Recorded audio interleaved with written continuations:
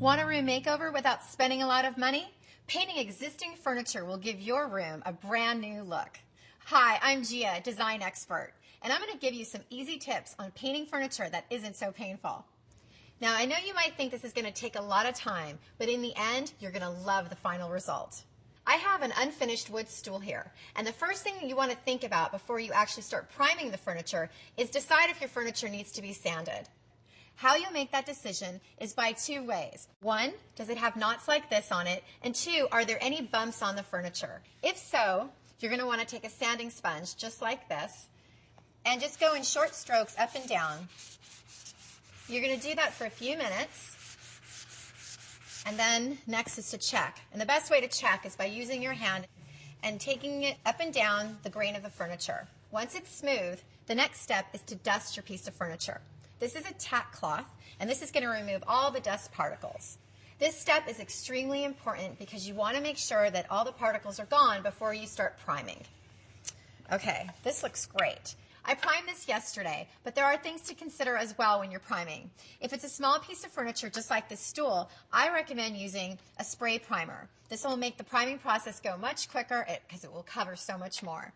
But you could also use a paintbrush or sponge brushes just like this.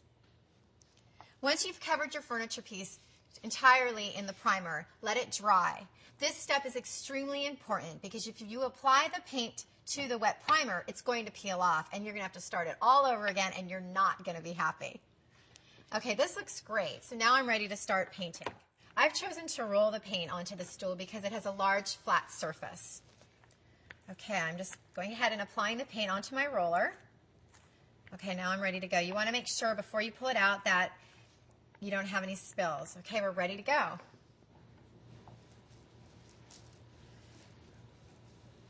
You can see how fast this is going because I have chosen to roll. But if you're painting a piece of furniture that has intricate legs or details, you're definitely going to want to use a paintbrush or a sponge brush.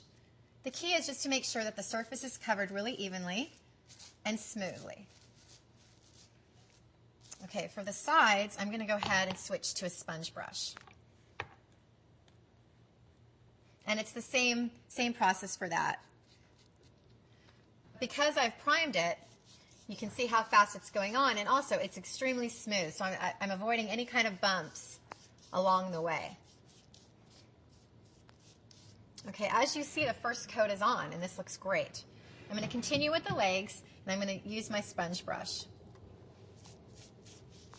Okay, well, this was a lot of fun. I have brand new stools, and this is a great project to get your families involved with.